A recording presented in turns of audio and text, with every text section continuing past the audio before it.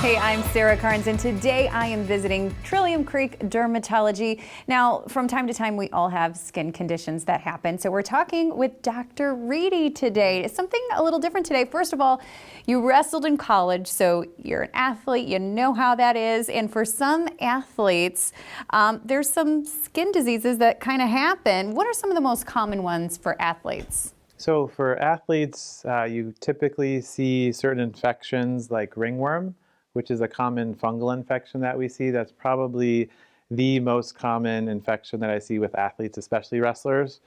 You can get bacterial skin infections as well, such as impetigo, and then you can get viral infections also, like herpes simplex virus. But it's not solely seen in wrestlers. I do see these infections in other athletes, gymnasts, football players as well. So are athletes more susceptible, and maybe why, if they are? I see these much more commonly in athletes, and that's because they are in practice, they're wearing gear, they're sweating, it's a hot environment, and these are perfect conditions for fungus to grow, for bacteria to grow. And then also a lot of these sports are contact sports.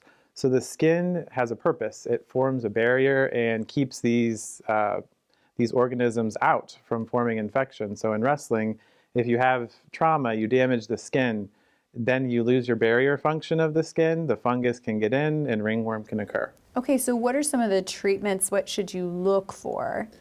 So for ringworm in particular, you get a round, kind of scaly rash like this, hence the ringworm. Not really a worm though, it is fungus. For impetigo, you get this kind of yellow, crusted, kind of oozing lesions on the skin.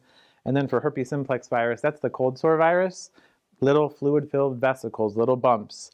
So those are things to look for. Well, thank you so much for the time today. If you would like to know more or even make an appointment, it's tcohio.com.